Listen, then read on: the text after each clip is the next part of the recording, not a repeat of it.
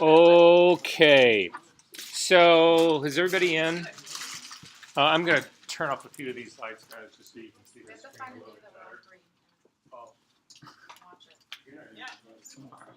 No, not right now. What's tomorrow?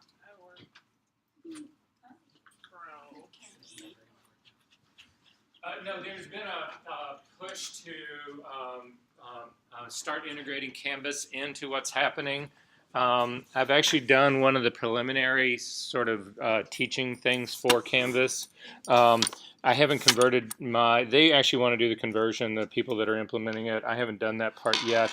By the time this class is only 5 weeks long, so it would be insane to try to do the first 2 or 3 of these in Moodle and then transfer to Canvas. There'd just be no reason. So pretty much everybody in here is familiar and comfortable with Moodle. Is there anybody not really? Okay. So at any rate, at the top, there's basically the preamble that's in every class, blah, blah, blah, blah, blah. Class announcements are how I reach you. The excuse me, do you know how to is an open forum for the class. So if anybody has a question about anything, please put it there first. Don't email me directly. Go to this excuse me, do you know how to forum. I tell everybody this. It's a great place to find love. It's a great place to sell your dog. It's a great place to buy a car. Do anything you want to there. I don't really care. I do monitor it. If you put a question there, and I will get around to answering it eventually, but I strongly urge anybody else in this room who actually sees a question that they know the answer to actually answer it. Hello. You didn't expect me up here, did you? No, I didn't. You're never here at night. Yeah. God, do I wish that was true. Anyway. I've been scrambling to get syllabi out this week, and it's already been pointed out that I had the wrong number on this syllabus. So, but that doesn't matter. We're going to try to change classes anyway. But hopefully, this is a relatively good syllabus. It's got my contact information on it. I do office hours on Monday afternoon, but don't just show up. You need to either text me, email me, or email me and set up an appointment. I can also meet at other times if Monday afternoons are an impossibility. That happens to a lot of people. What I can tell you about the rest of what's going on here, if you take a look through this, we're going to go through a lot of this one by one. You'll see that there's just this staggering number of resources that I have developed for you guys. Some of this stuff you should just simply keep as a resource for you later on. Some of it you, again, we're going to go through the specific things that you will use in this. But Moodle is going away, and so this site will not exist sooner or later, and all of these resources will be lost to you. So I would suggest grabbing this information while you can. Specifically, the PDFs are important parts. The rest of this stuff, by and large, if you look at the little dog-eared piece of paper with a globe around it, these are all links to specific things. Some of them are worth doing. All you need to do if you wanted to is you could, in your own browser, you could create a folder in your bookmark selection. Visit each one of these sites and just throw every one of those in that folder that's in your bookmark menu, just to keep them for future reference, because you don't want to have to go finding all this stuff. But we will go through and talk about a lot of what is going up here in the top part. As we get down towards the more bottom where it says Certificate of Insurance, W-9, W-2, 1099, these are all blank copies of that form. Those forms, we will actually look at them really quickly. The effect of expenses on income, specifically, Joe, something that you were talking about earlier. This is we will actually talk about how that has an impact on your income. Different businesses. I heard the mention of an LLC over here. There's other business strategies. We're going to talk about the good ones and the bad ones, and when you should be changing from one to another. There's some strategies that are involved in this. As we continue on down here, some of this this first thing, forming an LLC in Illinois, is a site that will walk you through the steps. The PDF that's right underneath that is the application to do that. There is how to register for a sales tax permit in Illinois. There's a lot of people who are talking about tax strategies, and as long as I'm doing that, there is something that needs to get moved. I always wondered if this is happening. Does stuff look like it's changing on your screen? No. That would make sense. Anyway, I'm just trying to keep some of this stuff together. So the how to register for a sales tax permit in Illinois is followed by the Illinois business registration application. Anyway, so that exists for all 5 weeks. Again, there is a staggering amount of reading for this class. I personally am dyslexic. I read extremely slow. It takes me very long to get through this kind of stuff. I'm not suggesting that you have to read everything that I put up on here cover to cover, but it's something that you should probably over the course of the rest of this semester get to. So again, you'll see as things come down here that yeah, a lot of the assignments are reading assignments. So the first one, assignment. Oh, the way I list assignments, all the assignments in my classes have a two-part numerical code. The first part of the numerical code is the week it happens in. The second part is the assignment. So you can see that assignment 1.1 is the read late assignment policy. Assignment 1.2, it's the second assignment of the first week, blah, blah, blah, blah, blah. If you go down into session number 2, you'll see the assignments down there. They all start with 2. So it's basically just a way to orient where you're at. The late assignment for this class is the late assignment I do for all my classes. I don't accept late assignments. What happens is if you don't turn something in on time, you get a 0 for that assignment. If you manage to get it turned in before the end of the semester, you will change that. I will change that 0 from a 0 to a 59, which will enormously help your grade. There is not a ton of assignments in this class of stuff that you have to do. There are some, but by the mere fact that there are so few, each one counts a lot. So if you flag a 0 for 1 or 2 of these things, you are not going to get your whole 1 hour for this class. So at any rate, it's just something to keep in mind. If you look on the side next to, it should be on your screens, do you guys have little boxes on the right-hand side? That little box is an indication it's a completion check.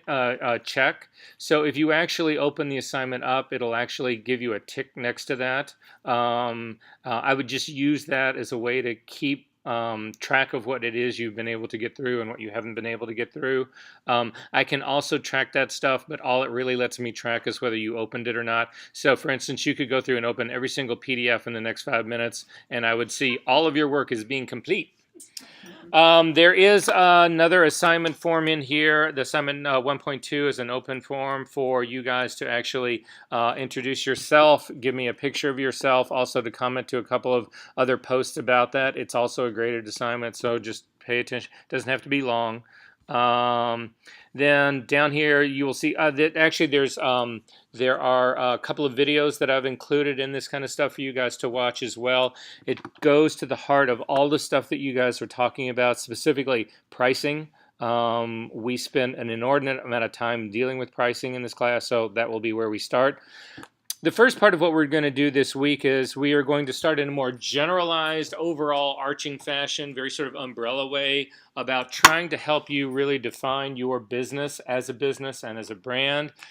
But in my experience, and how many people in this room, there is a freelance business class here at Columbia that is 15 weeks long. How many people have taken that class? And what did you think of it? I didn't like that. I mean, That's pretty much what everybody says. Everybody pretty much really bashes it.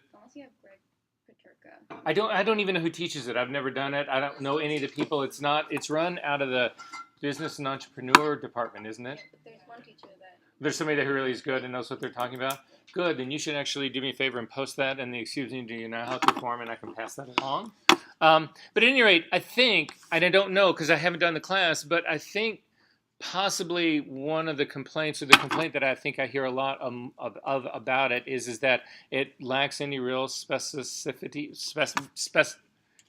being specified, being specific. There you go. Hello. I've just recorded that. Yeah, Tyler. Question. I don't know if this is a personal question or not, but is there a way to for this class to work for that credit since they're both freelance? No, because that one's 15 weeks and this is 5. That really makes the difference, even though it's the same information. You know, it's worth bringing up to the chair, but that should be something. Bring it up. Post it in the forum, and if we'll just get comments from everybody, we'll see how it goes. But I don't think so. I don't think so. Yes. Are you the only person that teaches this course? I am. That and I'm not going there. I'm just not going there. Okay, so at any rate, So this will, on a certain level, start out in what you might think are cliche generalizations about business. But as quickly as we can, we're going to start drilling down into stuff that's far more specific and truly brass tacks. Real numbers, real. How many people in this room are math phobic? Well, I mean, you can admit it. I'm not necessarily math phobic, but I understand people who are. I get that part. There is a certain amount of math that's involved in this class, but it involves the money, right? So don't get too flipped out about it. If you get lost on something, please stop me and let's go over it.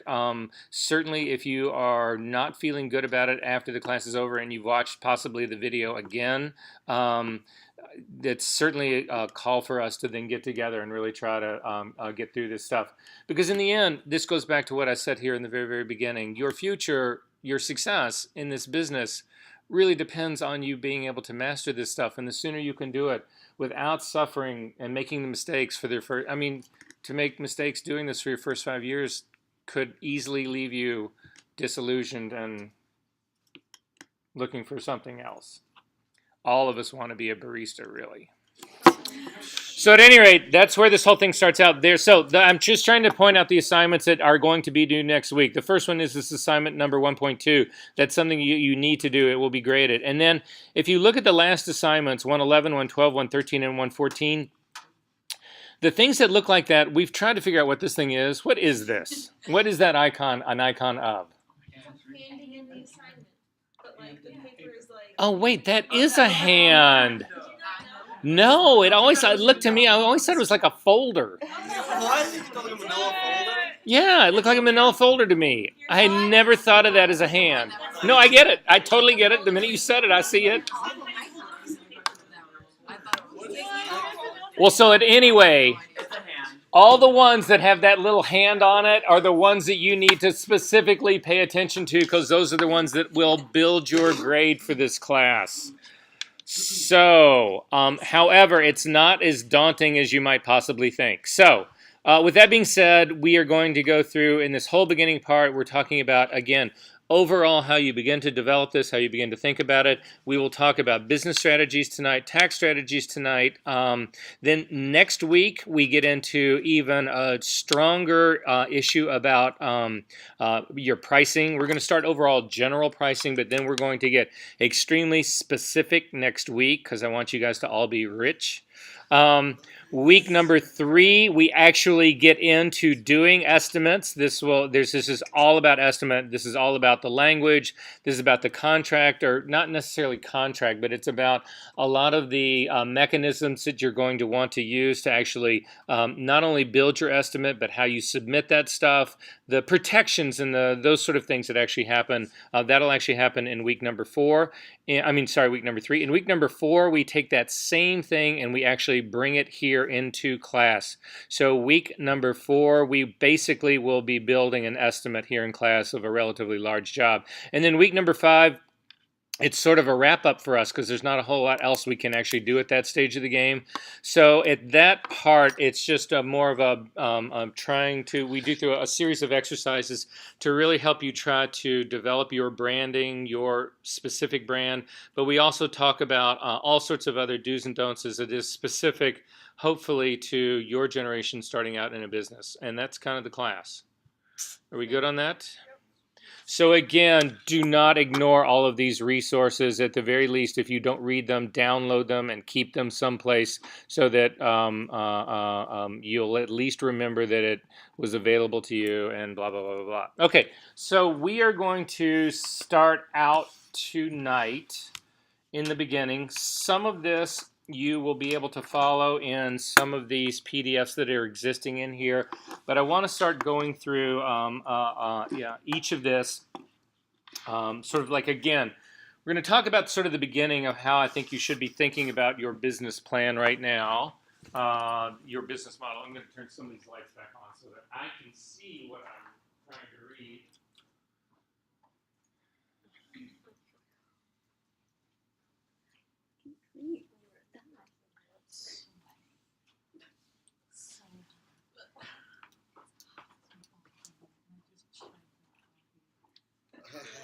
Okay. So, in the very beginning, again, you can take quick notes about this stuff. A lot of this stuff is going to be in the PDFs. If you're not thinking you're going to be really prone to reading all of those PDFs, whatever, you might want to just take a quick set of notes on this, because there are some touchstones, there are some things that I'm going to give you, and then you'll see that most of these really pertain to the assignments. So we'll take a look at some of the issues that I'm going to talk about right here first. We will then re-look at them in light of the assignments, and hopefully that'll give you guys a place to actually start all of this. So in the very beginning of this whole thing, whatever, I think we need to talk about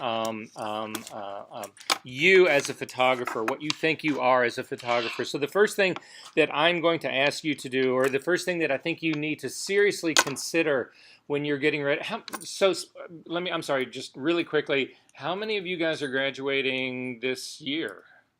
How many are not? So, and those who are not, are you got a year left, maybe something like that? So everybody's getting pretty close to it is really the sort of the long and the short of it. So for those of you who are not graduating this year, you've got a little bit more time to think about this. For those of you who are graduating this year, you're going to have to get on that stick pretty quick. So the first thing that I'm going to ask you to do is to really, because what we need to, the first thing I'm going to ask you to do is just define yourself. Who you really are as a photographer. And I need you to be really specific about that. So what I want you to think of is that is the specific thing that you really, really want to shoot. Because you guys are at the stage of the game right now where you can pretty much pick what you want to do. If you want to shoot sports, you can pick that. If you want to shoot weddings, you can pick that. If you want to be a commercial fashion guy, you can pick that. If you want to do underwater specialty work, if you want to be National Geographic, whatever it is you want to do, you are at that stage of the game right now where you might as well pick what you want to do instead of what you think you have to do, or at least, even worse, only the things that come along your way that you might be able to pick up on the side. You know, I don't want you guys running along every billboard whipping off little phone numbers about, you know, some ROTC, somebody who needs a photographer to work some wedding. That's not ambition. That's not drive. That's not you directing a career for you. That is you just trying to limp along. And so I don't want that. So for us to begin with, what I need you to start to think about is that, again, what is it that you really want to do? And I really do. I dream big on this one, guys. I wouldn't hold that part back. And the reason that I think that becomes the first step that we've got to take is because then the second step that's sort of connected to that is, who do you really want to work for? So is anybody in this room aspiring to have a career as a fine art photographer? This gets a little bit more difficult for you guys. A lot of these same things will apply. But in your case, you're primarily working, what I would see or think about for you guys is the client that you want to work for is specifically more a gallery. That's really kind of more your situation.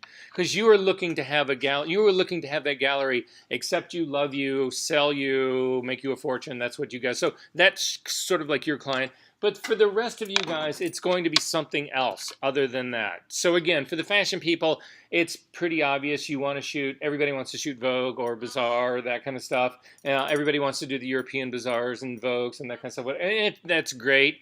There is no money in editorial. I will just throw that out there right now. So the trick to doing editorial is that editorial gives you name recognition, and that name recognition allows you to charge exorbitant fees in advertising photography. So even though Steven Meisel did every single cover for Italian Vogue for 25 years, he got paid nothing to do those covers, not a penny. But his day rate for, now again, and I'm giving you a day rate, you will learn in this class, day rate is a very bad word. 2 words actually. We will no longer in this class, I'm going to do everything I can to get you out of thinking about day rate is the way you lose money. So I don't want anybody in this room thinking about day rates. You can think about day rates in your mind as a way to help you calculate what you are going to charge to let somebody use your pictures. But it is nothing about your day rate. It's nothing about what you get paid for in a day. So really quickly, because this is so important, I'm going to jump ahead just 1 second and say this. I could go out and take a picture right now outside, and the Chronicle, the Columbia Chronicle, as the newspaper, local newspaper here, wants to use that picture, and it's worth something to them, right? But what's it worth to them? I mean, and I'm not even going to tell you what the picture is. I don't even know what the picture is. But it's just some picture that I took, right? Well, Columbia Chronicles, their budget is next to nothing, right? They may be able to flip me $50, maybe, doubt it, $25, who knows? I don't know what it is, but that's going to be pretty much where they can go for. So yes, I will do that. I'll take $50 for the picture, right? But then let's say the New York Times, there's something happened in that picture. There was something in it. And I'm the only person in the world that has this picture. And it is an earth-shattering event. And the New York Times comes to me and says, we want to buy that picture. I'm not going to charge them $25. I'm going to charge them some exorbitant fee, right? Did it take me any longer to shoot the picture for the New York Times than it did for the Chronicle? No, it's the same fucking picture. But one is worth a whole lot more than the other. So if I'm charging based on time, I'm charging for the 10 minutes that it took me to do the picture, I'm going to charge them the same amount of money. That's ludicrous. You charge based on the use. And the bigger the usage, the more you charge. We're going to get into usage in a huge way in this class, but I might as well plant that seed right now because, again, day rates will not help you one iota. So at any rate, getting back to you, thinking about your work, the work that you want to do. Do you want to do weddings? Do you want to do portrait work? Do you want to do sports, nature, food photography, fashion? Do you want to specialize in something really, do you want to be the person who shoots only underwater photography at least 5 miles down? Do you want to be that person? You could. You could. That is an incredibly specialized thing, and I can promise you the people who do that make a whole lot of money because there's so few people who do it. If there's a demand for it, believe me. So it's just something to think about. So I'm asking you to consider these things when you define yourself. And again, a big part of this is going to be who you want to work for. This is a two-way street, and it's an important part. I can say to myself, I want to shoot fashion. And I can say to myself, well, I would love to shoot for Vogue. But the reality is that the chances that I'm going to get to shoot for Vogue are slim to non-existent. However, Kohl's, Kohl's, Sears, Bon-Ton, Carson Perry Scott, all of those are clients that exist between here and Milwaukee. Jockey is in that group as well. Shock is right now a big studio here that's shooting Nike, at least for the time being. Those are the people that you aspire to work for because those are the people that you can practically, that you can say, yes, I have got a chance. This is a local client, whatever. I have a chance to actually get in there. And the reason that that becomes significant for you is that the portfolio you develop has to speak to them. So it has to speak to you as well. You've got to do the fashion pictures that you want to do. Okay, I'm going to cloak a large part of this language in fashion photography because that's what I do. Please understand, though, that if you're into nature or food or fine art or anything else, just trade the word fashion for fine art or food or that. I don't want to continually go through and say, and all the other disciplines as well. All right, are we good on that? Because, again, it's just what I do. My language and my conversation will be about it, in that way. So I'm just asking you guys to think in the bigger scheme of things and see how, even though I'm doing it in terms that specifically relate to fashion, how this really applies to the photo industry as a whole. So anyway, so that's the first thing you got to do is you got to really define yourself. So that should be the number one thing on your list. The second thing on your list is to really set goals. And this part actually does become, again, we're talking in the overarch here, the big umbrella thing here, because I know everybody in the world has said, oh, you need to set goals. You need to set a 10-year goal, a 5-year goal, a 1-year goal, a 6-month goal, and a 1-week goal. Start with the 10-year plan. Where do you want to be in 10 years? In 10 years, you'll be in your early 30s. Where do you want to be? Do you want to be in Chicago? Do you want to be in New York? Do you want to be in Miami? Do you want to be in LA? Do you want to be in Paris? Do you want to be in Tokyo? Where do you want to live? What do you want to do? Then 5 years, that's your halfway point to that goal. Then your 1 year, that's something that's still pretty far out, but at least that 1 year feeds into your 5 year, which feeds into your 10 year. Then your 6-month goal feeds into your 1 year, and then your 1 week goal. Okay, well, so what am I going to do starting for that? Well, taking this class would be a good first step for your first goal for where you want to go in that 10-year plan. But it's important for you actually really to think about, where your business is going to be. What is it going to look like? Do you want to always continue to shoot for Bonton and Kohl's and that kind of stuff? Or do you want to really shoot for Prada? Do you really want to shoot for Michael Kors? And is that really where you want to go? Because those answers help you develop the pictures that you're going to shoot for your portfolio. They help you develop the kind of look that you're going to have for your website. They're going to help you develop what kind of stationery your stationery is going to look like. It gets even more specific. It's how you present yourself. What clothes do you wear? What shoes did you buy? What color do you dye your hair? What color do you all of those things are informed by hopefully the people, the clients that you think you're going to try to go after. Make sense? So these defining things help focus you on who you are, who you want to be, and that really becomes the issue, the thing that we're going to try to address, at least here in the beginning. It makes sense in a very, very brief outline form for you to actually write this stuff down. How many people in this room speak a foreign language? How many people in here have ever studied foreign language? For those of you, not for those of you who speak, because for those of you who speak, you're very lucky. For those of you, though, who've studied and don't speak, doesn't your foreign language, can't you always speak your foreign language in your head a whole lot better than you can with your mouth? Right? That is the same case with writing this shit down. In your mind, the 10-year goal, the 6-year goal, the 5-year goal, whatever, is great. But then when you have to actually physically write this thing down, it forces you to articulate in a way that you maybe don't think is quite as elegant as I speak such fluent Italian in my brain. And my friends in Italy laugh at me whenever I go to order a taxi or I get on the phone. They laugh at me. And so anyway, just saying, it really helps to focus this. So I'm going to, again, it doesn't have to be some Trieste. I don't need 300 pages. You don't need to do that. But to break down an outline of the 10-year goal, the 5-year goal, the 1-year goal, the 1-week goal, whatever, that really helps give you something. And then every few months, you should revisit that guy. And you should just look at it and say, well, how am I doing? Am I halfway to my 6-month goal? Because I'm 3 months into it.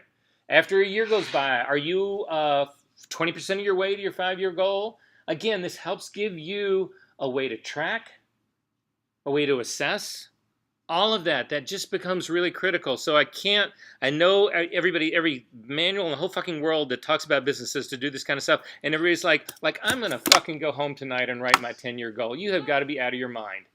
How juvenile can that possibly be? You'd be shocked. Okay. Next thing, how many people in this room have a killer portfolio?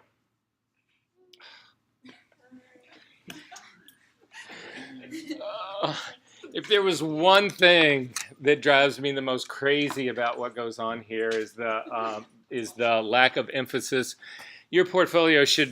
Developing your portfolio, in my opinion, should be part of the foundations one. It should just be the seeds of that, the beginning of that. However, that's not too late. It's not too late.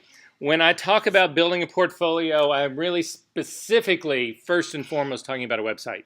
How many people in this room have a website? Okay, so you've got a website. So how many people in here have a killer website?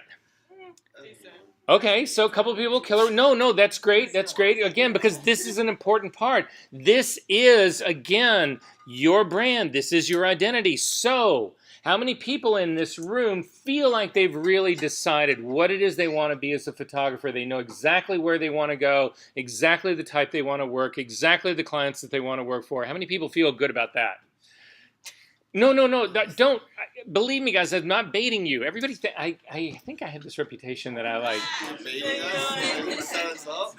Okay, sorry about that. Anyway, let's go on. That's not what I'm trying to do here. If you do, that's great. I'm thrilled that you do, and that's a perfect thing because, again, your website should be a reflection of all the questions and the answers that you have come up with about this, all the things that we are asking and talking about here. So, how many people in this room have a picture that they've done that you absolutely love? It's the best picture I've ever done, but it does not fit in anything else that I do. Right? Do you show that picture to anyone? Why? It's got nothing to do with what you want to do. And this is, again, guys, I am telling you all of this. This is the voice of experience. This is not me reading dry text. This is me editing portfolios for years and going through it. I love this picture. I love this picture. I love this picture. It doesn't fit in anything I do. It doesn't fit anything I'm trying to do, whatever. But I love it. I'll use it as a promo piece. Wrong. Wrong. Frame it, put it up on your wall, admire it, put it in your bathroom, place you're going to go to at least once a day, if not more, to see it. But don't put it on your website. Don't put it in your portfolio. It does not help you. Sorry.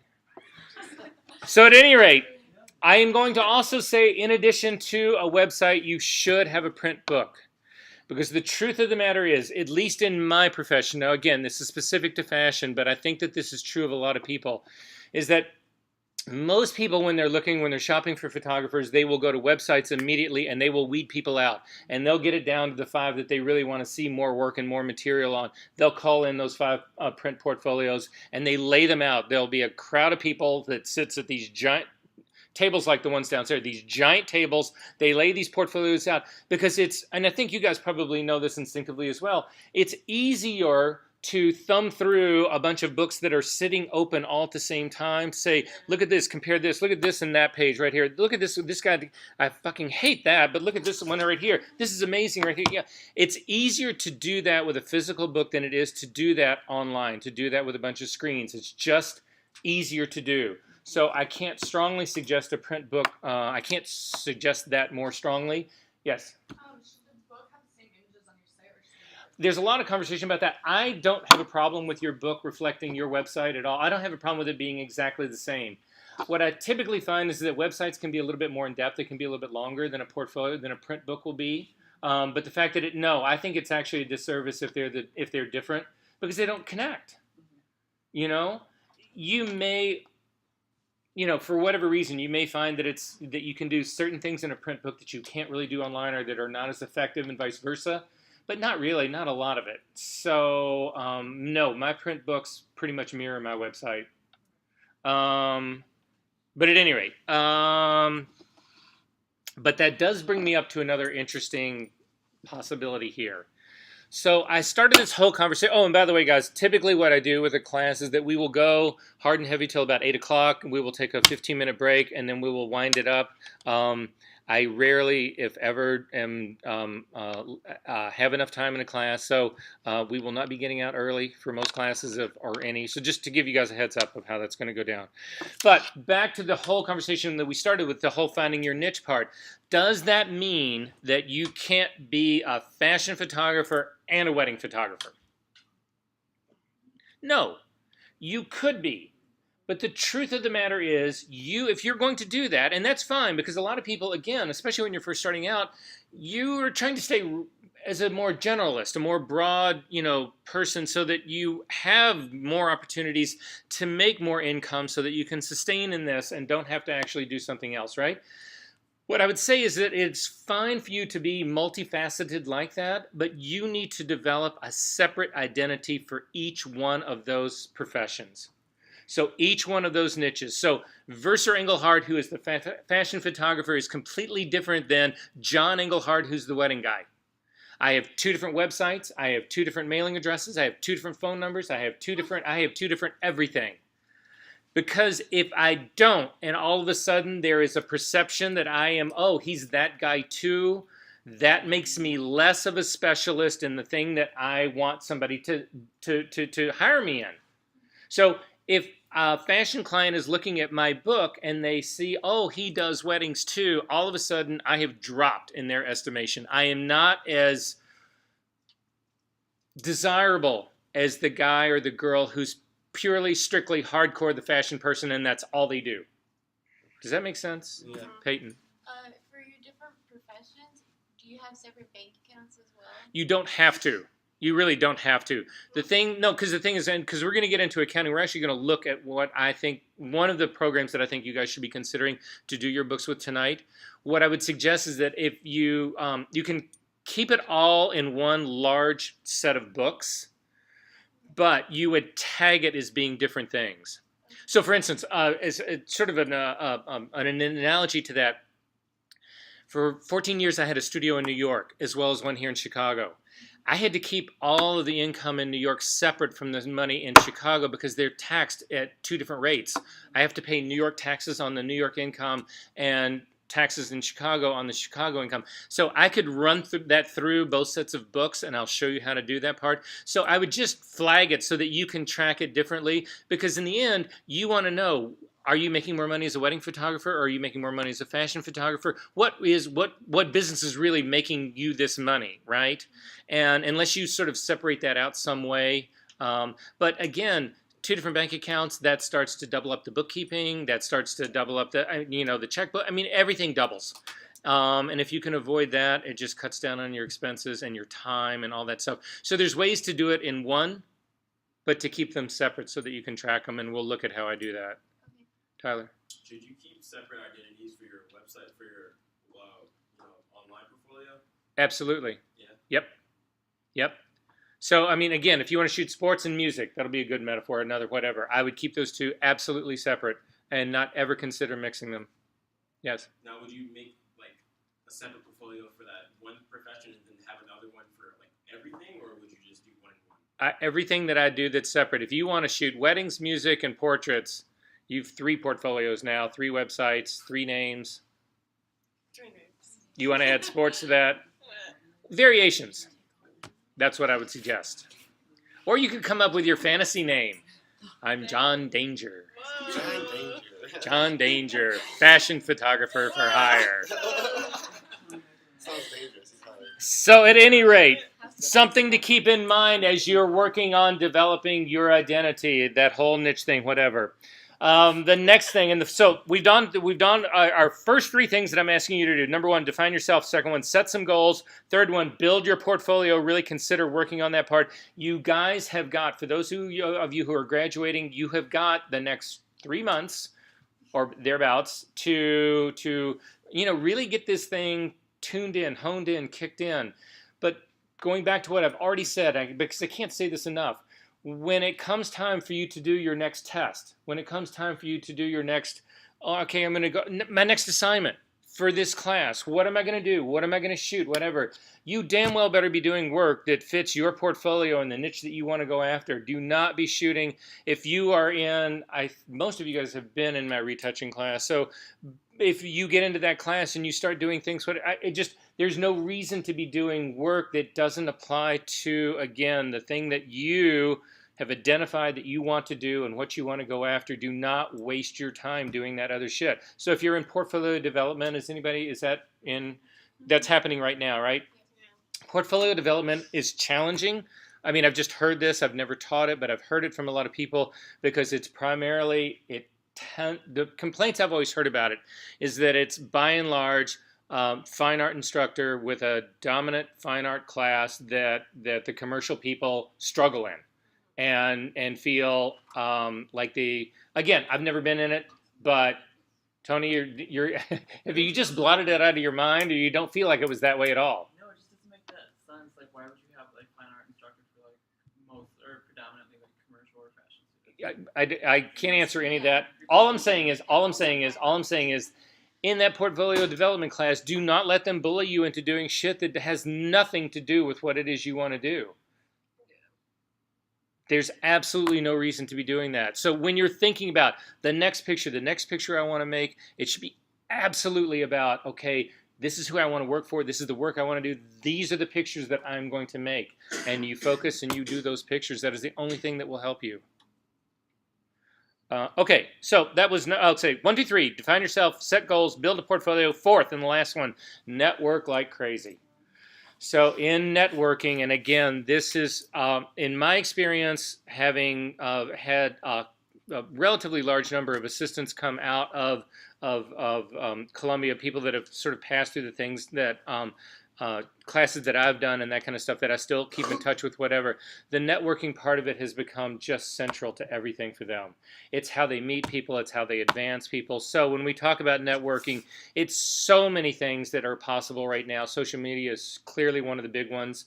So you need to, again, be thinking about who it is you want to work for. Those are the people you need to be following on Instagram, who it is you need to be, where it is you can sort of get into that. So if you really are hell-bent and determined, and I say this to everybody, people always say, I want to shoot fashion, I'm going to start in Chicago. And I always say to them, there is no fashion in Chicago. Don't even think about that. If you want to shoot fashion, you got to move to New York. And they always come back to me and they say, well, I'm going to start in Chicago I'm just going to get my feet on the ground a little bit. I'll spend 2 or 3 years here and then I'll go to New York. And I always say to them, okay, so you're going to develop your whole base here. Just to relocate. And then in 3 years, you're going to fucking throw all of that away and you're going to go to a completely strange place and start it all over again. Why? So at any rate, all of these things matter, but it goes beyond just social media in terms of being able to make those connections. I can't tell you the number of people. A friend knows a friend knows another friend, whatever. This happens all the time. This has happened to me, is that I got called in for one of my first jobs because a second assistant got sick. The first assistant knew me and said, oh, you should try this guy. He'd be really good, whatever. I got in. I got the job. They liked what I did. I got called back, and that's how it happened for me. It's how it happens for a huge number of people. So again, it's those friendships that you develop. It's with everybody in this room is friends with each other right now. A lot of you guys have worked together. A lot of you guys know how each other works, and you trust that part, or you don't trust that part equally as well. But if one of you gets into a gig and is working for somebody, and then something comes up and they, oh God, do you know another, I need another assistant. Do you know anybody, whatever? Savannah, are you doing Still Shock? Right? So Savannah is already plugged into a big studio right here. She should be your best friend. You should be paying her a weekly stipend. If you're up for that, I can work the arrangements out because I'm her agent. I only take 25%. It's a small, measly cut. We're on a subscription model. It's not a one-time deal. It's an every-month deal. Anyway, no, I'm just kidding. But I'm just saying, but that's how it works. It easily could be a situation where somebody is sick, comes to you and says, Savannah, we're desperate. We need somebody else to come. Do you have anybody in mind, whatever? And you go, well, yeah, there's 16 people I know that I could pick from. Yeah, that's like literally how it works. Like everybody I've talked to there is like, I got my first job, and then after that, I got like 700 jobs. Yeah. It's how it works. It's like crazy. So at any rate, it's not then just about social media or about your friends right here, although that's a big part of it all. APA is here in Chicago. There is actually a chapter, and I have no idea what APA stands for anymore. No, they've changed it a million times. It used to be the American Photographer Association, and then it was Armenian Photographers. I don't know what it was, but they've changed it like 1,000 times. Everybody just calls it APA. You can actually just do a Google search for that. But they run events every month, and there are ways that they're specifically directed to photographers. So the people that show up to those events are photography-centric. So those are places that you can go. You can meet other photographers there. You can meet other assistants there. That's a place to actually start networking and to actually build that. There are lectures here at Columbia. How many of you guys actually go to all the lectures that that the photography department puts on? There's some of that. No, I'm not suggesting that you have to go to all of them. Some appeal more than others. Some of them are absolutely insanely outrageous, and some of them are boring as shit. But it's a time for you to be with, again, like kind. And after they're over, usually people are hanging around. Sometimes they have liquor, always helps. But again, it's another place to meet people did you like that work? I hated that work. Or, that's exactly what I want to do. Anyway, you guys get where I'm going with this, right? Apple Store. Apple Store has a huge number of events, and a lot of them are specified for photography. A lot of the stuff that's similar in kind to APA does. Apple does stuff as well. So again, and then the whole Instagram, Facebook, LinkedIn. Everybody does LinkedIn. I don't think LinkedIn really helps anybody out a whole lot, whatever. I think Instagram is really the player right now if you're going to invest in one social media platform that's really something that would be specific to your work, I would say Instagram is probably the place that you should put your time and effort in, at least for right now. Who knows what it'll be in 2 years, but right now it's a huge part. Interestingly enough, this is a great, you will love this. So there was a girl in my class, this has to have been 6 or 7 years ago. She was a fashion photographer. She went through the fashion program here. She had come from Boston. I don't know for sure, but I strongly suspect that there was money in that family. So I just suspect that, right? I can't swear, but anyway. So she goes back to Boston and she's trying to get a job working as a fashion photographer or just as an assistant. And she spends months. She canvasses everything. She goes to see everybody she can imagine to do this, whatever. Doesn't get anything. She also was really into travel photography, but she did the travel photography more as a hobby. It's something she just really liked to do, right? So she decides, well, the fashion thing washed out. I'll try doing travel photography. So she starts doing travel photography. She washes out on that completely as well. I mean, she's contacted every magazine, sent them her work, whatever. She can't get a bite, nothing. So she starts a travel blog just to do. She's got all this stuff. She doesn't, she just does. In 6 months, she ends up with 350,000 followers. All of a sudden, every single travel magazine in the world is beating her door down, trying to get her to work for them. Because when she does, they pick up 350,000 eyeballs on either their online stuff, their print stuff, whatever. She flies first class all over the world. She's got more work. She doesn't know what to do. All because of a blog. I don't write that well. So that is not something that is in my future, but I am just trying to say to you guys that in the end, so much of this is about connection, contact, all of that, what you bring to the party. Anybody in this room have aspirations to be a fashion model? Yeah, I didn't think so. One of the, that was not a shot. That was not a shot. I just think you guys are deeper than that, even though I married a fashion model. I really did. I swore I was never going to date or be involved with anybody in the industry. That was just not going to happen. But it's the only people that you meet, right? So it was like, well, okay, I've got the, yep, never going to marry a fashion model. Nope, never, that's not, whatever. But anyway, it doesn't matter.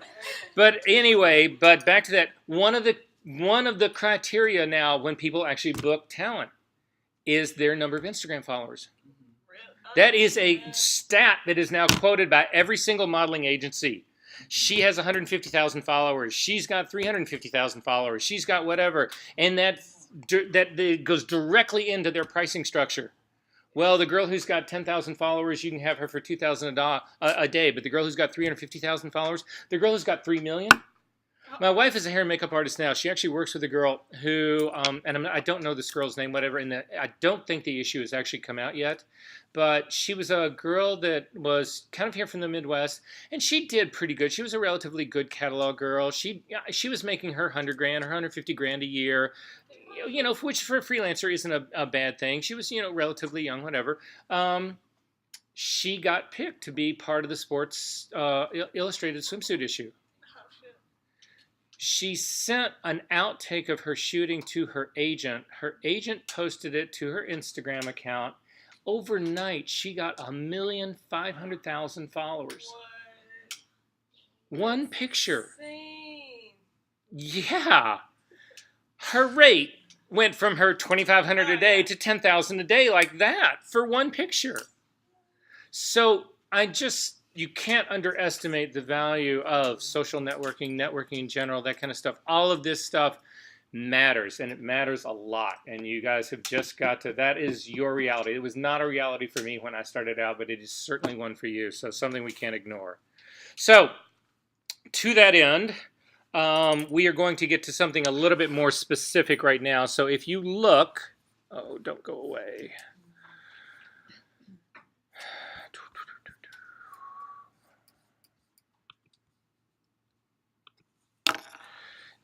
This is so bizarre. Every class that it seems like I have at Columbia College is called Special Topics. No. It's like every one of them.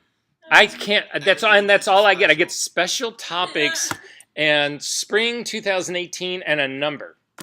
And I don't have any, and they won't let me change it. I can't rename it on Moodle, so I can't throw that out anyway. So Special Topics. Anyway, if you look at our special topic for assignment number 1.1, actually, you can open that up because that's what we're going to talk about right now. So, in addition to asking you to do the assignment, what I'm trying to give you here is some keys to help you develop the answers to the questions that I'm asking you. But it's sort of like it's a two kind of process thing. So, who's your audience? Well, again, we've already talked about this. This shapes the images that you're going to make. It defines your brand. When we talk about brand, How many people in this room are comfortable understanding essentially what brand means? Is anybody not comfortable with that part? It's your identity. It's your photography identity. It's who you are as a photographer. It's not who you are in your personal life or that kind of stuff. It's just who you are for your business part, that identity of you. That would be considered your brand. So again, this will actually help. If we talk about defining your audience, it will help define your brand. It will give your marketing focus. One of the great examples about this, and this happened, I had an agent here. I've had an entire cornucopia of agents.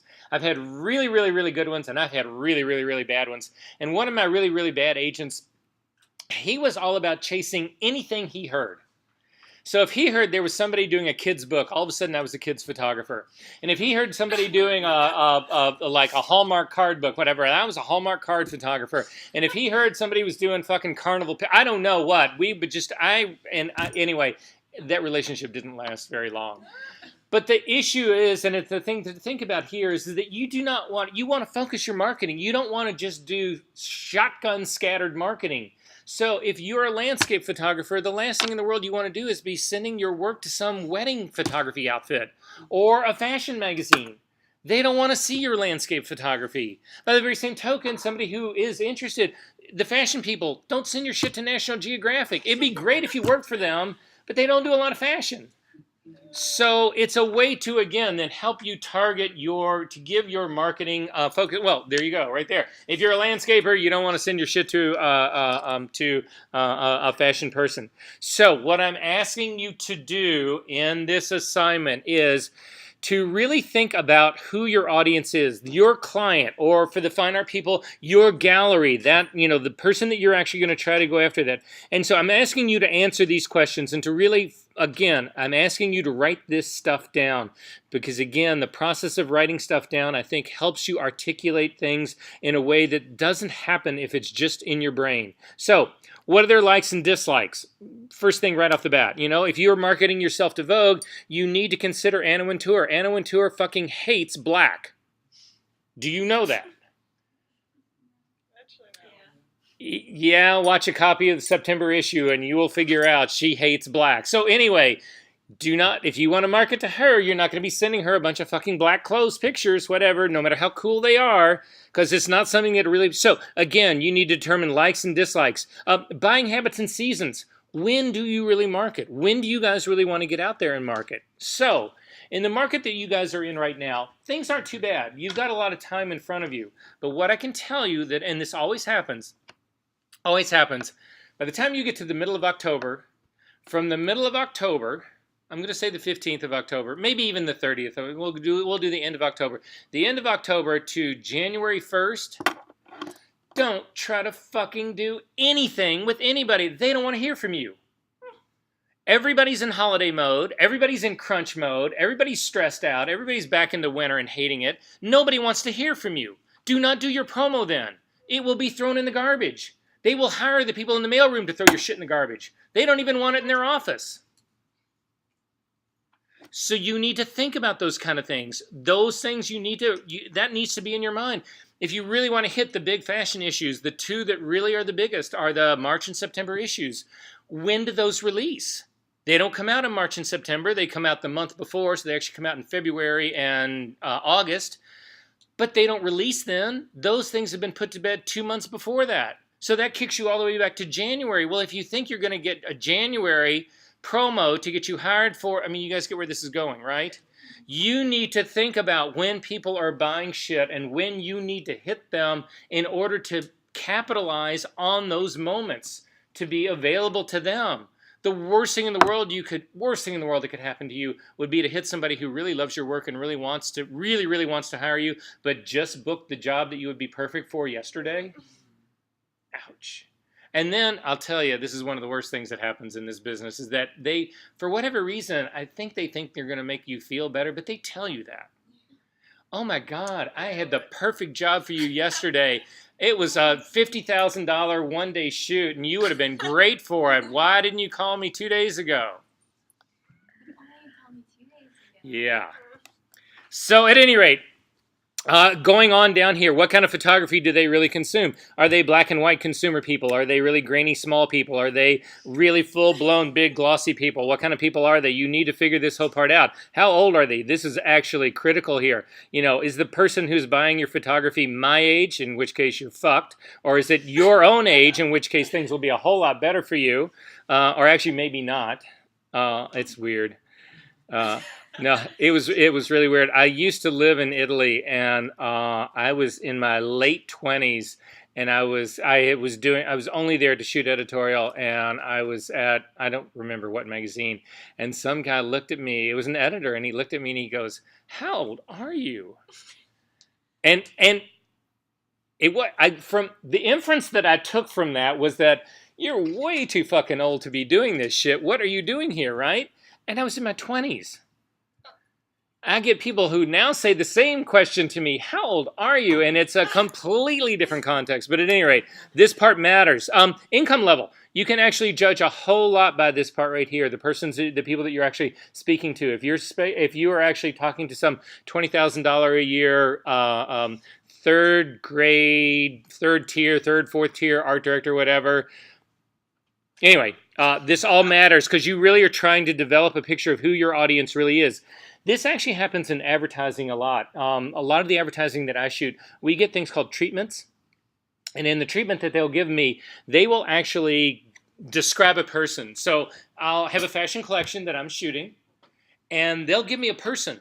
And they make this person as real as they can. So the person's name is Mary Green. She's Irish Catholic. She lives in Evanston. She's single. She's 29 years old. She's college educated, but she got her degree in poli-sci. She has one dog. She hates cats. She worked at Macy's for a while, but now she feels like it just goes. Her hobbies, her car. Her car is 5 years old. She still owes $20,000 on it. You know, she hopes to buy a house someday. She's, everything that you can imagine, they paint this picture. That is the picture that you need to develop of your audience, because if you do, then you know, again, exactly the kind of pictures to make to actually get those people to buy you or to hire you to do your work. Does this make sense? Does this seem like, fuck, this is way more work? I just wanted to do good pictures and have people hire me? Because that was my approach. That's really what I wanted. Elizabeth. When you say audience, do you mean the person buying your work? Yes, that's exactly what I mean. Not like who's... No. So when I talk about this, so in my case, fashion guy, if I really did want to shoot for Vogue, I'm more concerned about the picture editors and the creative directors at Vogue. That is my audience. I don't give a shit who reads Vogue. That's their problem. I do care who reads Vogue. But the people who are making the buying choice, that is who my audience is. Those are the people exactly that I'm talking about. Okay, as we go down here again, where do they live? What are their hobbies? Where do they hang out? Where do they go? What do they see online? What do they do offline? This thing that says, what are their major needs and pain points? This is, pain point to me always was a weird phrasing of all of this, but major needs are something that is critical for you guys, because if it's one thing that you can do for someone is satisfy a need that they have, that is the way to get hired. So I am desperate to get somebody who can do club scene, street fashion in Chicago. That's going to be Anna Wintour's new move. Can you satisfy that need? Is that something, yes, Anna, I can do that. Look at this. Look at these pictures. That is how you get hired. So if you can establish what it is they need, and you can then put yourself in a position to satisfy that need, that's how you get hired. Certainly how you keep it. Okay, so at any rate, what I'm asking you guys to do is just a quick online text thing that you will actually go in here, just complete these steps. It tells you how to do it, blah, blah, blah, blah, blah. I think this is set up now where if you prefer to type this out in a Word document and do something like that, it's just easier. Do it in Word, that's fine, but just do me a copy and paste and just submit the text here. Because the way Moodle works now, I can see all of this without having to, if you give me a Word document, I've got to download it and then open it up, which is just extra steps for me. So just please do me a favor and do it online. That'll be easiest. If you're hell-bent and determined to, because formatting is your thing, fonts matter to you in a big way, then save your Word document as a PDF and just submit the PDF as a file, because that also Moodle is very friendly to PDF. So that will also open up. So just as, you know, and if you can't remember any of that, it's not going to be the end of the world. Okay, so that's going to be assignment number 1. Who is your audience? Assignment number 2. Take a look through here. These are structured all in exactly the same way. What is your advantage? In my case, what is your advantage? I can always tell. Okay, there's 2 times that I can really tell when I edit stuff. When I'm really tired, I make mistakes. And every now and then I throw my back out, and I've got the painkillers that are going to be increasingly more difficult to get your hands on from this point on. And I have been known to grade things and edit things. It's really funny. You can tell when I'm grading, if I've just done one of my pain pills, the first thing that I grade gets the really terse 1 or 2, sentences. Yeah, really good. I like that part. A, But by the time I get to the last one, I'm actually really getting off. I can get really verbose, and I can go on and, oh God, I love the way that looked. It reminded me of this, and have you seen this? Blah blah. Anyway. Just saying. I used to say nobody could record my classes because I am way too candid. And now I record them and post them. Oh, well. Okay.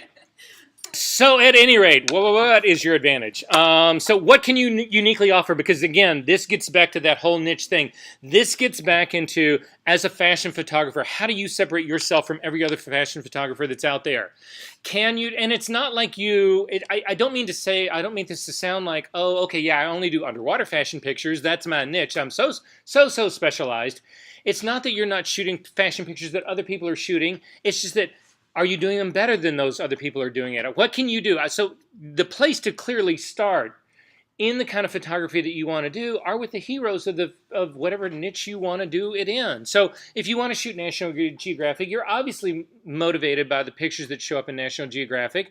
So you look at those and you say, okay, I need to be able to do this, but I need to be able to do something better. I need to be able to differentiate myself from them, because if not, and I've had this said to me to my face, hey, look, my pictures are just as good as Paolo Reversi's. And somebody goes, yeah, but Paolo Reversi already works for me. Why the fuck would I hire you?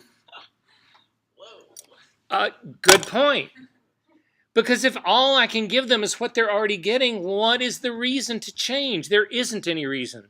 So when you're trying to talk about your advantage, I'm not trying to, because I think this becomes a really daunting thing. It becomes like, oh my God, how do I, this is such an onerous thing to really separate myself from the entire pack in such a way that I stand unique and alone. That's not really what I'm looking for here. That would be the extreme. If you can get that far, great. But if you can't, again, what you're looking for is, how can I take what these people need and then push it in a direction that is specific, that does isolate me or does actually separate me from this general mill, and at some point that I can then sell myself on. So that would just be something. There was a photographer here, and it became a trend. And I don't know that, clearly I don't think he started it, but he got on it really pretty quickly in the very beginning. But wedding photography back in the day used to be really, it was like high school photography, like high school class portraits. Everybody was lined up. And then they did the wedding party, and they were all lined up. And then they did the bride's family, and then they did all of that, and everything was just static, planned out kind of shots, whatever. And then all of a sudden, there was a bunch of people who came along, and they started doing it really much more loose, handheld, flash on camera, black and white, a journalistic approach to photography, and it had nothing to do with anything that was posed. It was all incredibly candid and all of that kind of stuff. There was a guy here in Chicago, he still does it, whatever, that made an absolute fortune. I mean, he went from shooting $1,500 a day as a studio photographer to $6,000 a day as this, novel wedding photographer. And he was booked everything. I mean, he was booked every day he wanted to be booked. People changed their wedding dates to get him as a photographer. So it's that kind of thing. It's not like he's not shooting weddings. It's still weddings, and you still get the bride's family and the groom's family and all of that, but it's just done in a novel way. And again, so anyway, it's just something to think about that. So other things to consider in this. Do you have that specialty? Is it underwater photography? Do you have special access? Are you the daughter or the son of the President of the United States? Because if you are, you have access that nobody else has, and you can exploit that. Whoa. Oh, if you're upset with that, you're really going to get upset when we get to the exploiting situation. Anyway, is it a skill thing? Is it a skill thing? Is your lighting so revolutionary? Is your lighting so Paolo Reversi, the person I've talked about here a number of times, whatever. He came along at a time where most people were shooting film, but he came along at a time where people, by and large, were shooting a lot of 35 millimeter candid lifestyle kind of stuff. And he started shooting 8x10 Polaroids, and he did his lighting with a flashlight. And he would paint his subjects. So he would set up an 8x10 view camera, put in a sheet of Polaroid 8x10, open up the shutter, all the lights in the room would be completely black, and he would take flashlights and paint people. And his lighting was, if you've never seen Paolo Reversi's work, you need to look him up. He's amazing. But at any rate, and incredibly famous. And again, it was something novel that he could give. It wasn't that nobody could shoot 8x10 Polaroid photography, because there was a ton of people that started to do it relatively quickly. But there was nobody who was really doing it the way he was doing it, and he became absolutely famous. And anyway, blah, blah, blah, blah. Is it a tangible product that you're looking to deliver? Are you doing the boudoir thing? Are you doing portrait sessions? Can you clearly state this? And this becomes, again, this whole idea of being able to articulate, needing to articulate.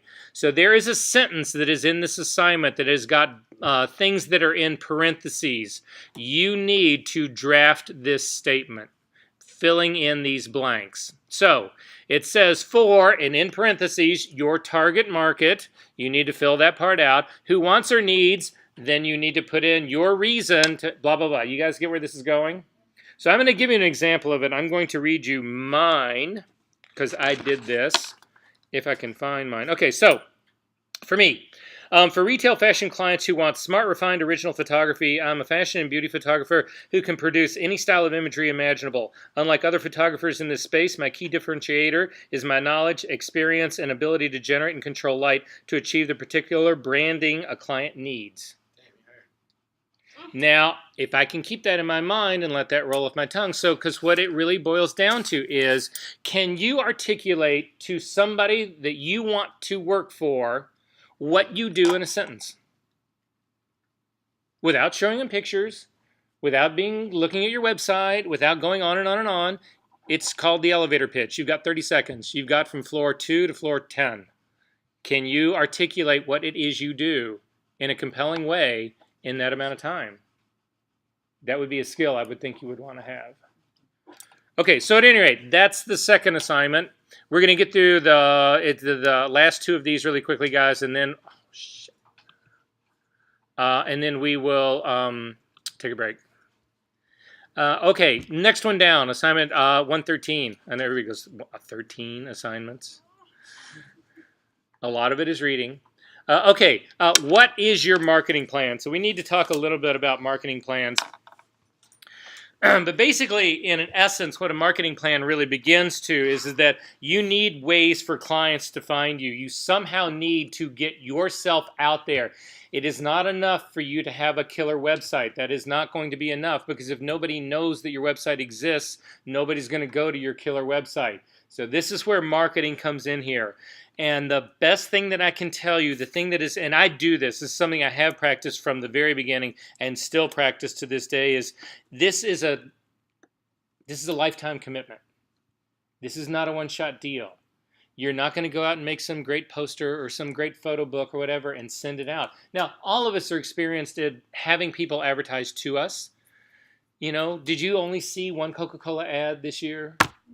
No, you see hundreds of them every day. You can't get away from that shit. It's direct mail. It's in billboards. It's in newspapers. It's in magazines. It's online. It's on TV. It's everywhere, and it's nonstop. And that's how you need to think about your marketing.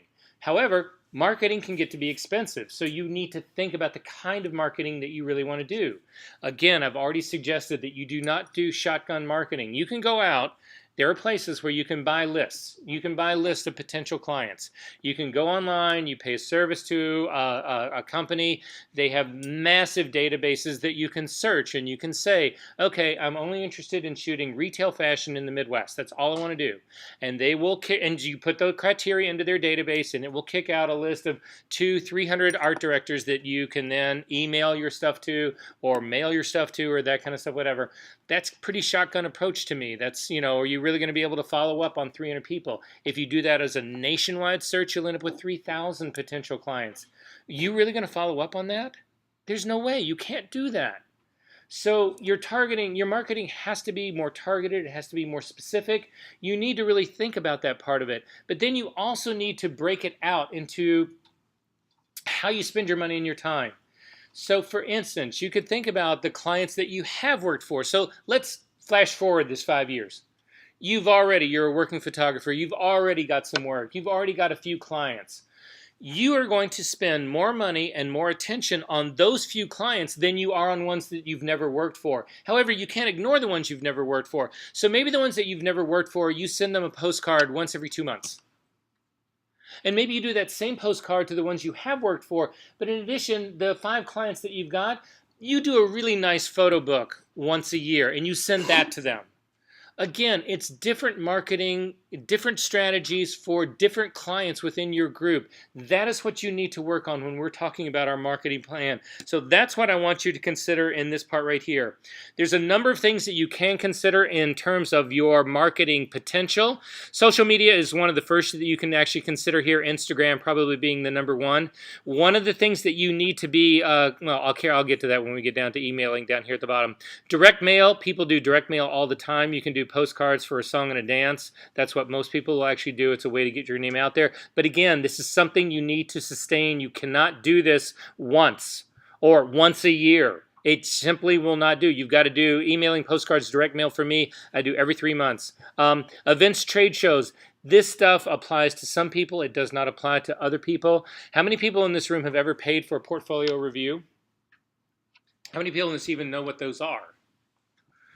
Okay, so most of the ones that I would choose to go to if I was going to do this would happen in New York, and it's where they will gather a group of people together, people who are into the industry, to actually look at and review and comment on portfolios. And they will publish a list of who those people are, and you pay a certain amount to attend these events, and then you get to pick like 3 or 4 people that you can then show your work to. So if I was looking through that list and it was, say, magazine editors in New York, and fashion was what I really wanted to shoot, and I saw a string of 8, 10 fashion editors there that were magazines that I wanted to work for, is that worth a $100 entry fee for me to then target and get in front of those people to say, here's my work? There's a lot of people who think these things are very worthwhile. So I think a lot of people's initial impression is, oh, this is just another ripoff. This is another fucking photo contest. Yeah, I mean, are you just inundated by photo contest? Enter this photo contest. It's like PDN has turned into nothing but a photo contest site. I don't think they make any money off their publication at all. It's just entry fees on, do you want to be the next, I don't know, lifestyle, location, whatever. But at any rate, these things can be legitimate, so that's what we're actually talking about here. Email marketing. This is a place that you need to be careful about this, because e-blasting can tend to really backfire on you. Again, if you are going to do, when we talk about e-blasting, basically you put together essentially junk spam and you send it out. You need to try to make that as personalized as you can possibly make that to avoid spam filters, and to also make it seem like, well, I mean, we all deal with this. So you guys know the pluses and the minuses of receiving junk email, right?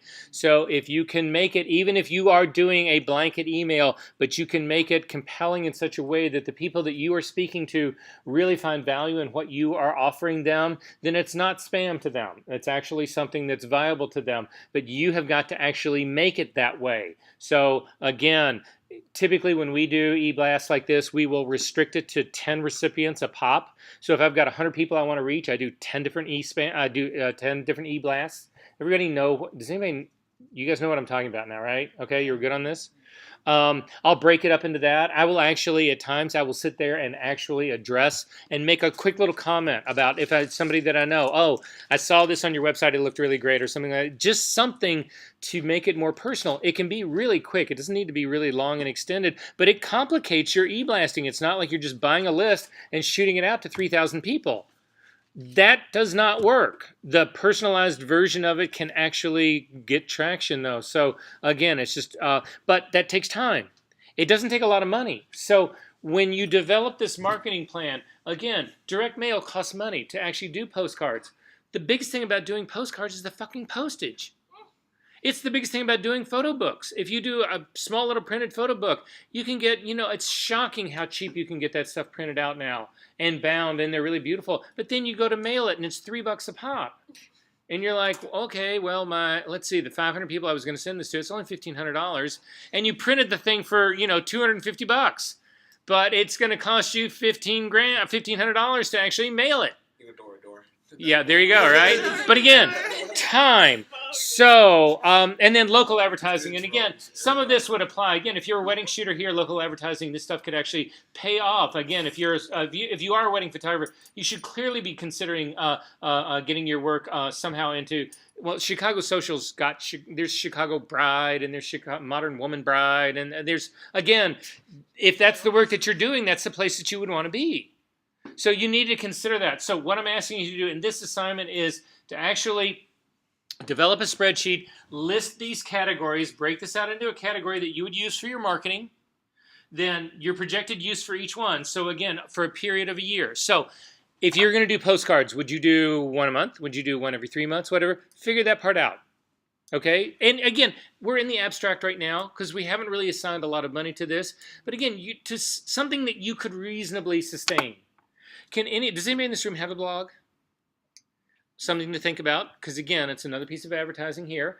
And they talk about how often you should blog. And now, since none of you have one, we don't really need to worry about how often you do or update your blog, right? How often? Does anybody follow any blogs here? Probably like once a week, right?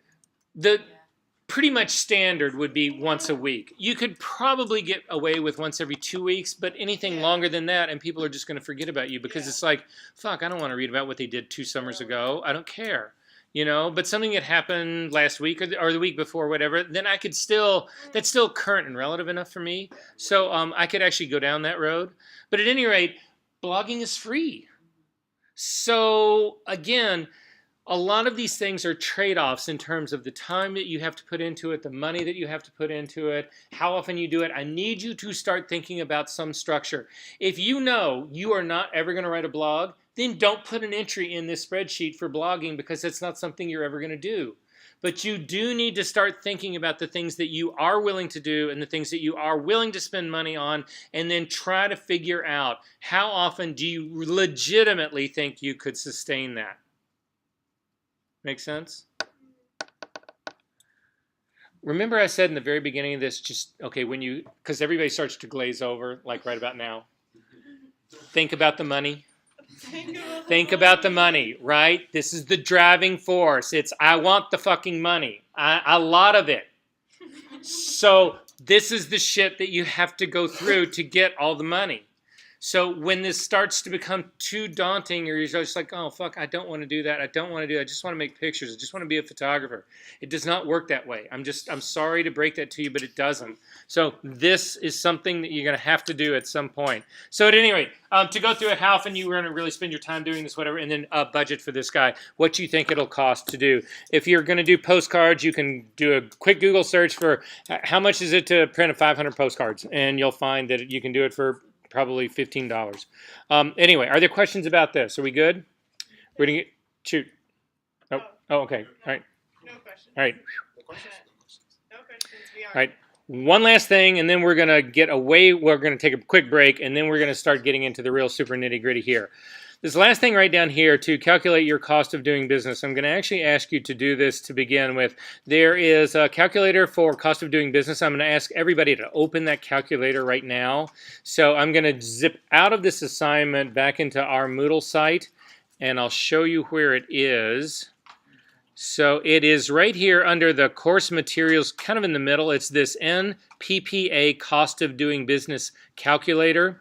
If you click on this and open it up, and then go ahead and make it big. Now, I've got to confess to you guys that 2 years ago, because I've had this calculator on here, 2 years ago this calculator broke. I'm fairly certain it's fixed, although I have not run a new calculation this year, but I'm pretty certain it's actually fixed. So, when we were talking earlier in this class, and there was a whole lot of you guys who were saying, I don't know what to charge, I don't know what to charge, I don't know what to charge, whatever. This is the first step that you need to take in figuring out what you really do need to charge. Not want to charge, but have to charge. Because here's the deal, guys. If it costs you $50,000 a year to live and you make $45,000, you will go broke. If it costs you $50,000 to live and you make $50,000, you will stay even, but you will never save anything. You will never go anywhere with that. You will be able to survive, exist, but there's no future in that. So, but our first thing then is to determine what does it really cost you to live for a year. Does anybody in this room know that? Mine is roughly about 30. So no guesses. So I'm hearing 30, 35. Is that what I heard? Roughly around there. 30, 35. Does that sound about right? Say what? 20,000. No. Basically. Where are we I living? think it's over that. Yeah, that becomes a big issue here. All of those things. No, it does. So at any rate, so what this calculator is designed to do is help you really figure out what that is, because there's a couple of other. So I want to go through this really quickly to just point out a couple of intangibles, or just things that I have run across in the past that we need to be aware of in that. And so here we're going to talk about that really quick. So if you start down here in the beginning, and you look at expenses right here, you can see that it says office and or studio. There's a little blue button right next to this that's actually, if you click on this, it opens up information about what it is they're really asking for. So they're going to say, okay, you know, do you have a home office? Do you have a studio space? If you're living with somebody in a studio space, if you're sharing studio space, you need to divide that, blah, blah, blah, blah. This is actually what they're really looking for, and it's the number they're asking you to put in here. I am going to ask you guys, though, to think beyond that. This is not just your office and or studio. This is the rent that you are paying at home, because that is probably what you are doing right now. Is anybody in this room renting an office or a studio in addition to their house? No. So your cost right now, the living cost that matters to you right now, and this is the one that I always point out to people because it's the one that can trip you up. Because a lot of people would put in 0 for this, but then that discounts the fact that you actually have monthly rent or a mortgage if you own what you are in, whatever. So that's the figure that needs to get put in here, okay? And then the rest of it becomes pretty self-explanatory. What is your cell phone bill? And these are all for a year, okay? These are not monthly charges. So if you can't figure out what your yearly charge is, just take whatever your monthly is, multiply it times 12, and you'll be fine to go on this. However, there's other categories in here, and the numbers that they have put in here, these are a set that exist in here. These are actually suggested numbers for a working photographer. So when you see here in terms of equipment and accessories, they're budgeting $8 grand a year for this stuff. Now, personally, I think that's very high, certainly for a position that you guys are in right now. But it's not conceivable that when you get out of here that you might buy another camera or that you might buy another lens. So that could easily be a $1,500 figure in there or $1,000 or something like that. You need to be as honest with yourself about as you can possibly be. But don't ever think that you're never going to buy, oh, I've got every camera I'm going to own and I'm not ever going to buy anything ever again, whatever, because that's not likely going to happen. You know, does your shit get broken? Do you know equipment service and repairs? Conceivably, this would not happen to you every single year, but then I would say that arguably you could put in, I don't know, $200 for this over the course of a lifetime to build up some kind of fund, because shit is going to break, right? So you guys have got to be as realistic about that as you can possibly be, as honest as you can possibly be. If you already own your own computers right now, how often do you buy a new computer? Every 5 years. Is that a guess? $2,000 computer every 5 years, 5 years into that $2,000, $400 a year. That's what you would put in here for that figure, because that's going to be kind of what you do. You know, do you buy a new copy of Capture One do you have your subscription to fucking Adobe? You're going to have to figure that out. If you're on the $20 a month subscription, well, times 12 months is $240. That figure has got to go in here. So these are the things that you've got to do. The advantage of this calculator is that it has a pretty good checklist of things that you need to actually go through. Do you pay for your internet connection? Do you have for your website that you host? For people in here, how many people in here are doing a subscription web hosting setup? And what do you pay? 12 a month. So again, 12 a month, that's $150 a year. That's what you pay. And so you've got to put, those are the things that you've got to put in here, okay? So I want everybody to go through this. Again, when you're talking about your car, we're talking about your lease, insurance, maintenance, we're talking about gas. If you have a car, whatever, all of those things, we need to actually figure that out and put this part in here. Blah, blah, blah. So we'll go through here. Professional development, this would be, how many people in this room know that they are doing a C1 Pro Certified Professional Workshop in February? How many people are going to do it? I'm just saying, who knows about it specifically? Is anybody signed up for it yet? Gabby, could you do me a favor and could you post in the excuse me, do you know how to form on our website the link to that so that everybody can see it? It's being hosted at Dodd Camera. Do you remember what the dates are? It's like you have to take an online class. Yes. You have to, It's remember February Right. and it's like February 8th or something. So February 8th. So 28th? 28th to March 1st. 28th to March 1st. So wait, so anybody who knows about this, would you please post it in our forum so everybody else can at least look at it? But again, it's, are you getting the educational discount? So it's $200? Well, it's I just sent in my Okay. He sent me the invoice. I Okay. haven't- So I think for a student, it's $200, but you get a copy of C1 Pro with it. So a typical C1 Pro license on sales, $150. Never buy full price. So, you know, anyway, it's so I'm just throwing that out there because Gabby's absolutely right.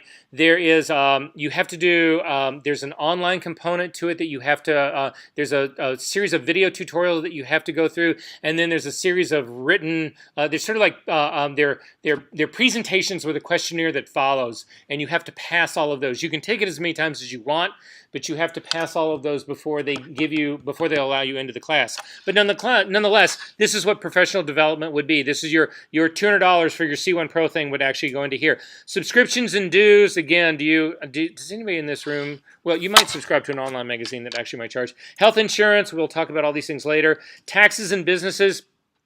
When you are thinking about taxes, in most of your cases right now, most of you guys are full-time students and you're not actually doing, or are you doing jobs? A lot of you are working and doing both, right? So I don't know how much money you guys are making. I'd say if it's less than probably $10,000, $15,000 a year, you're in a relatively small tax bracket. You don't need to, I would probably put in 10% for my taxes right here. So if you're making $15,000 in a year, whatever, I would put in $1,500 here for taxes. You've got to put something in here unless you're not working and not paying any taxes. But again, this is as much an anticipatory thing as it is a current state of things. So again, you can't just look at these things and say, oh, I'm not going to buy any equipment. Oh, I'm not going to advertise. Oh, I'm not going to deal with an accountant, blah, blah, blah, blah, blah. Tyler. Does that number change if you're independent and still work? Oh, yeah. Well, we'll get into all of that. So I'm looking for a first stab at this. Once we get through this class and you guys have a better understanding, again, of tax structure, whatever, that might change. But there's no reason that you can't go back in and modify this guy. So I just want, again, to start getting a first look at what we think it really is going to ultimately be. If you were living, again, utilities are pretty self-explanatory. If you don't have an office assistant on payroll, there would be nothing in here. Travel and entertainment, you cannot ignore this. How many people in here have a bar habit? We don't need to talk about what that habit really is, but you need to be honest with yourself and figure out, what are you spending a year on your bar tab? If you are a movie junkie, how much are you spending on movies every single year to actually do that? All of that plays into this because that is all expenses to you. Does this make sense? All right, so I need you to be as hardcore about this as you want. The next thing that we get down to, and this is the last thing you need to figure out, we'll talk about this last part right down here, are the income factors. And guys, we're doing really good on time, whatever. We're going to get through this part, and then we'll take a break. So, in addition to covering your expenses, you need to, again, the example that I just had before that we were talking about, if you make $50,000 and you spend $50,000, you're treading water. You're not ever going to get ahead. You're not going to go broke, but you'll just be at even. You have got to have an aspiration that's beyond that, something that is beyond that. So what would be your desired salary over and above this? This doesn't have, now when they talk about salary here, again, this is designed for all different types of businesses to do this. But what I'm going to say is, salary, this would be your income after expenses. This would be the money that you can either save or blow on a trip to Barcelona or give to me or give to me again, or that's what we're actually talking about here. My suggestion for you as a person going out and starting up a brand new career, whatever, covering your expenses in your first year would actually be, if you were able to actually do that and break even, that would be admirable. As a first year deal, that would actually be pretty good. I didn't lose any money. I didn't save any money, but didn't lose any money. But then, so what would be a first year good one? 10 grand. That actually sounds like a good number to me. That's not what you want to make your whole life. You want this to continue to grow and grow and grow, but I need you to put in a realistic number there. So I am going to suggest to you somewhere in that $5,000, $10,000, $15,000 on top of your expenses is a reasonable place for you probably to play, unless you've already got a business going and you're already making money. Now, I've done this class with people who have already had businesses that they had been working in for 2, 3, 4 years, and they had steady income already going. So in that case, they would put in a much larger figure here. But that's something that, again, you need to be realistic about. Daniel. Is this on the assumption of full-time freelancing? Because if you plan on working and doing freelancing, All of that would come into this. Okay, so you might, if that is your case, this non-assignment income would be where you could actually put your job at Jewel. Because it'll figure it in. Okay, then the last thing that we need to do here, guys, is talk about the number of days that you really think you can bill. So here is the long and short of it. This is the first part that I'm going to impart to you guys that actually becomes the most difficult part, but the part that you need to think about in the beginning. In a typical situation, the way we think about it, there are 50 weeks in a year you can work. Even though there are 52 weeks in the year, most people take a couple of weeks off or some time off, a vacation, you get sick, something. You're not going to work all 52 weeks out of the year. That's just an assumption that we can make, especially as a freelancer. The second assumption that you need to make as a freelancer is for every day you actually shoot, there's going to be a day of prep and a day of post.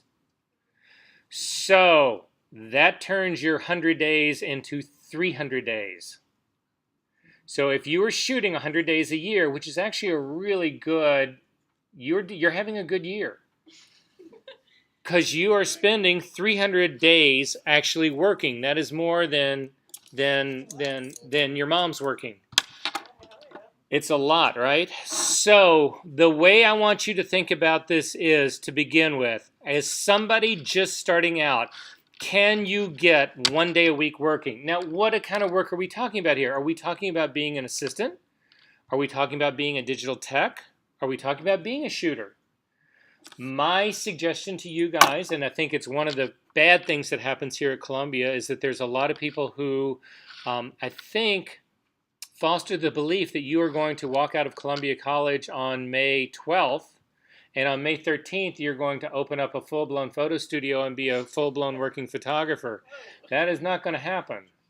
So you need to think about this more in terms of being the digital tech kind of assistant, in terms of that.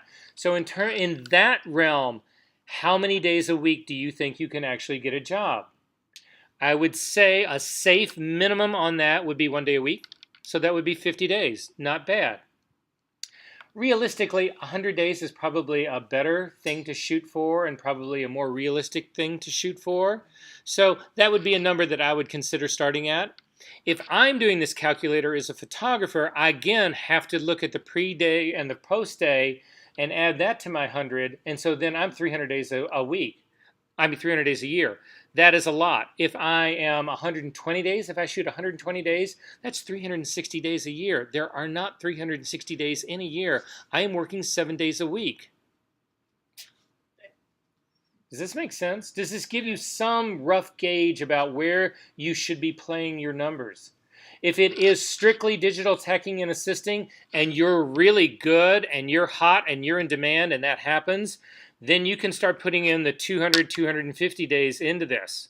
And it changes the equation dramatically, because what we're ultimately doing, what this calculator ultimately does, it comes up with what does it cost you to live, and how much money on top of that do you want? It then divides that by whatever number of days that you can bill. So let's say that you've come up with a number and it turns out that it's $36,000 is your expenses and you want 14 grand to be your salary. That ends up meaning you've got a $50,000 nut that you've got to crack. $50,000 in a year is what you've got to make. And you put in, I do 100 days. What does your day rate have to be? You might lose the audio on this because I go to the whiteboard, but maybe not if I yell loud enough.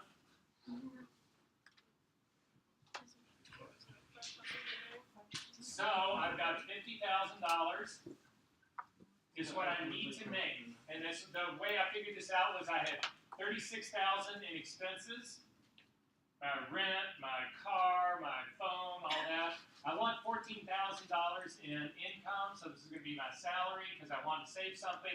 That's how I came up with this $50,000. I figure I can work 100 days, so I divide this by 100, and basically it knocks off 2 zeros. That's $500 a day. I have to make $500 a day, or I will go broke. If I make $450 a day, which sounds great, but $450 a day times 100 days is $45,000. That leaves me $5,000 short of what I wanted to make. Does this make sense? Yeah. So it's really simple. The irony of this is, let's say, so if I'm working 100 days, and I'll say I'm doing it as a digital tech, so I'm going to do, so it's my 50,000 divided by 100, so that means I've got to be at $500 a day.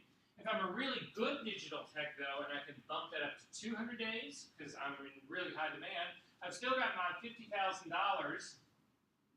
but it's now divided by 200. And now I only need to build $250 a day to reach my nut. However, and this is the irony of this, the better you are and the more days you're working, the less money you actually need to bill for those days. But that's idiocy, because the better you are, the more money you should be charging. So the truth of the matter is, you should be charging $500 a day, your 200 at times 500 a day actually equals your $100,000 a year. And now you take your $36,000 in expenses off of that, and you end up with $64,000 in mad money that you can take all of us to Vegas. Hey. That's good. Does this all make sense? Yeah. So this is why figuring out these expense part first, this sets your threshold. This sets the base at which you have got to. So if somebody comes to you and says, if you go through this calculation, and again, yours is going to vary. We'll see where yours ends up landing. But typically, this ends up running into, depending on the number of days that you can work and that kind of stuff, whatever, you'll end up somewhere in that $200 to $500 range, depending on whether you're shooting or assisting. And like, I mean, this is a fluid thing. Don't get me wrong. It sort of ends up about like that. But so you know, when somebody comes to you and says, I've got a great job, whatever, $150, you can't afford to do it. Now, There are other things that you may feel like are compelling. So, for instance, if Vogue came to me and says, Verser, we want you to shoot Scarlett Johansson for the cover, we'll pay you $150, which will nowhere near cover my expenses, I can promise you that. I would be on that shit so fast, you would, yes, I will be there. I will pay you. You don't have to pay me, I will pay you. I will lose money. Because I'll have a cover of Vogue, Scarlett Johansson. What is that worth? Yes. Everything. Yes. Over and above your expenses. Okay? So extra money. Exactly. This expenses you have to make. This is what you would like to make. You got to be realistic about this. So again, I would say that your figure starting out, brand new career, this should be more in the $5,000 to $10,000 range for your first year out. You may, and again, like I say, you may look at this and say, fuck that, I'm just going for broke for my first year. I'm going to go for the $36,000. That's all I'm going to do. I'm going to cover my expenses. I'm building my career. If I cover my expenses year one, then maybe I go for $5,000 in year two, and then $10,000 in year three, and then $15,000 in year four. Maybe you go on that march, which would not be a bad philosophy to do that. But at minimum, and this is the thing that's the most important for us, at minimum, it's this to cover your expenses. That's the part that is the most important for us, and the number of possible billing days. And if this is your case right now, then you know your day rate, instead of being $500 a day, has got to be $360 a day. And that is your threshold, and that is your real threshold. And so again, people come to you and say, $175 to do this job. I can't do that.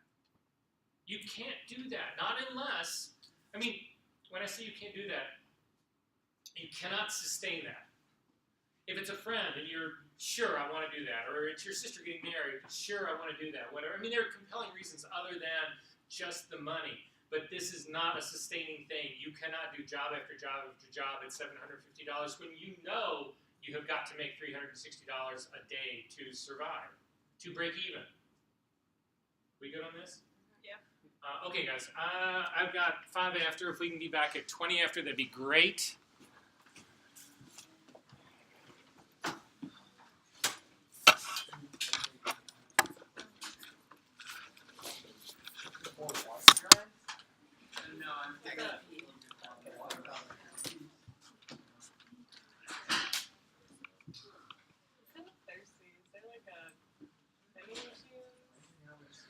There is.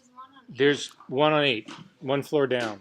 Oh, really? Yeah. You Okay. And I think it's like almost